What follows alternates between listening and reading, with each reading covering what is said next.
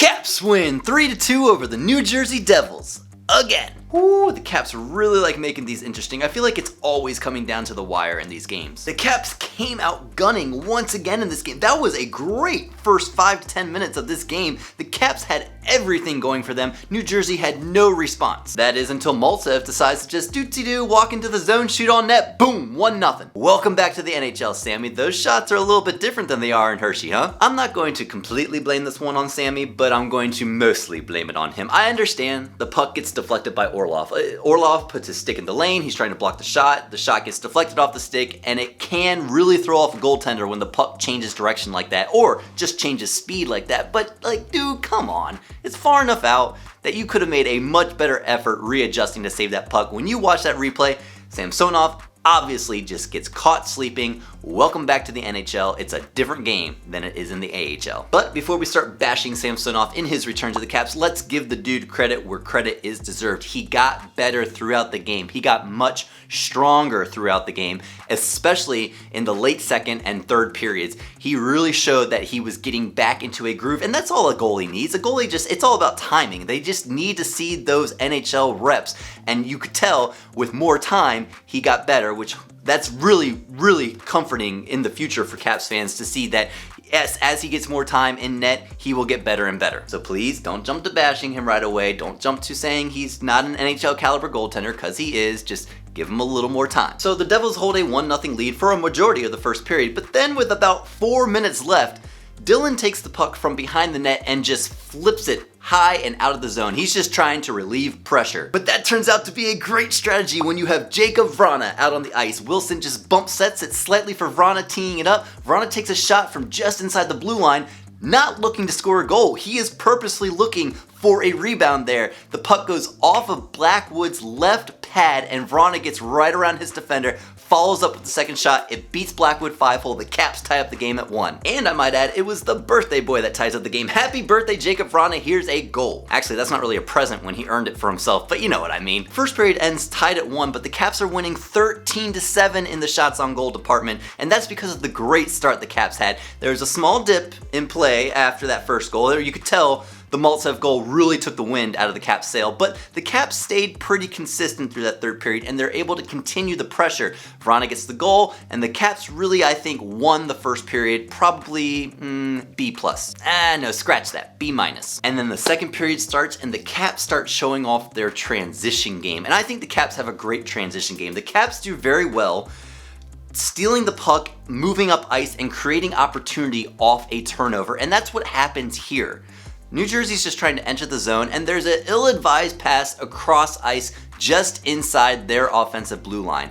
Carlson is able to rip it off, and he sends the puck back up the ice. And once again, another nice little bump set pass in the neutral zone. Vrana this time. He's able to bump set it to Wilson, who is able to go in 2-on-1 with Backstrom. Wilson looked for the pass, doesn't see it, so he delays, and he acts like he's going to shoot it. That makes Blackwood bite just enough, and Backstrom does a great job continuing to drive to the net. It's a wide open goal on the deflection. Caps go up 2-1. And then I get really excited because it's like, yes, the Caps came out swinging in the second period too, and they're just gonna drive a stake through the heart of the Devils. But no, we as Caps fans know not to get comfortable with the lead. Just 42 seconds later, Sharangovich takes a shot on net through the legs of the defender, which does make that a little more difficult to save. Samsonov gets a piece of it, but not enough of it, and it trickles past him. The Devils tie up the game. It's 2-2. And then it becomes a jousting match. It's a tug of war for the next about 10 minutes.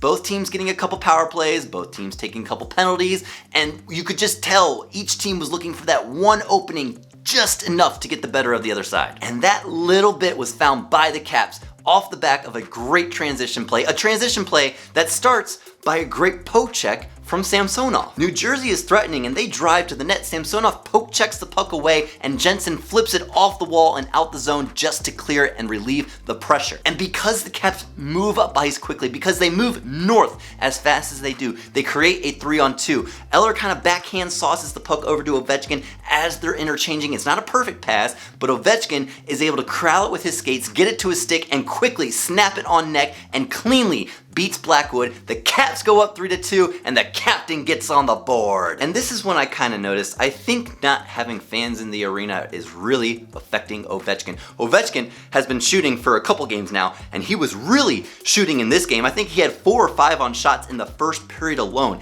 Now he finally gets on the board, and he acts like he didn't score. I mean, it could be that he's just too cool for school, but this is a guy who is an electric player in the league. He is always amped up, and he loves to score, and also loves to see his teammates score. And to see him finally get on the board after a 4 or 5 game drought, you would think he would be a little more excited than that. But no, he just skates over to his teammates, not smiling, fist bump, head rub. All right, let's move on. Super excited to see him finally score again. Not super excited that he seemed a little down about it. My hope is that now that he has scored again, the floodgates will open and we'll see old school Ovechkin. The first period was a great example of him constantly shooting on net, plenty of chances and plenty of shots. And I'm hoping we see more of that, and I'm hoping that means we get to see more Ovechkin goals. So the second period ends tied 2-2 off the back of a great penalty kill by the Caps and a not so great power play by the Caps. Little inconsistent there, but that's okay. We're up 3-2. Let's go to the third. And to be honest, it's like there was no third period for the Caps. The Caps got one, counted uno, shot on goal the entire third period. And that's starting the third period on a power play. There was some trickle over on over a minute of trickle over on the power play from the end of the second. And even with the starting of a power play, they were only able to get one shot on net the entire third period. The Devils didn't do much better. They got 4, and that's kind of like the second period last game against them. But like, one shot on net?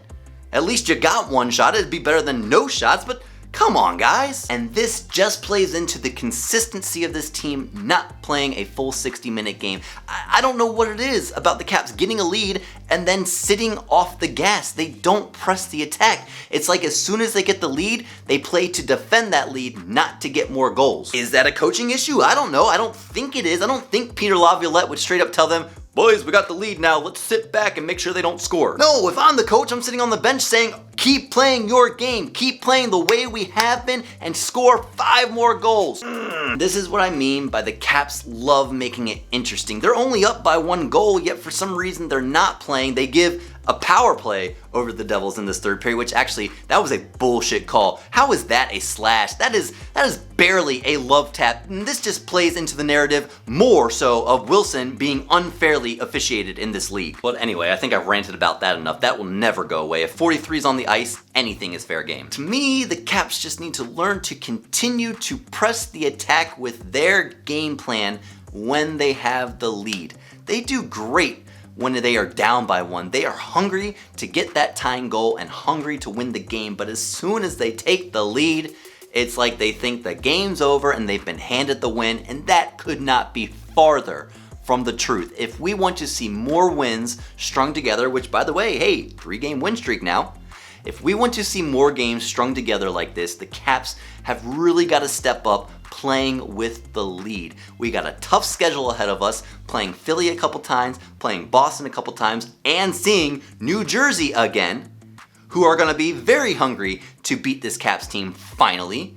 If we don't continue to play our game with a lead, things will not go well for the Caps. Stats for the game. The Caps squeak out a win in the shots department, 23-21, but the big story in the stat sheet is the face-off percentage. The Caps won the face-off dot 67% of the time this game. Now I know the Devils are the worst face-off team in the league right now, but it just goes to show when you win face-offs, you win games. Face-offs equal puck possession equals scoring chances equal goals, and goals equal wins.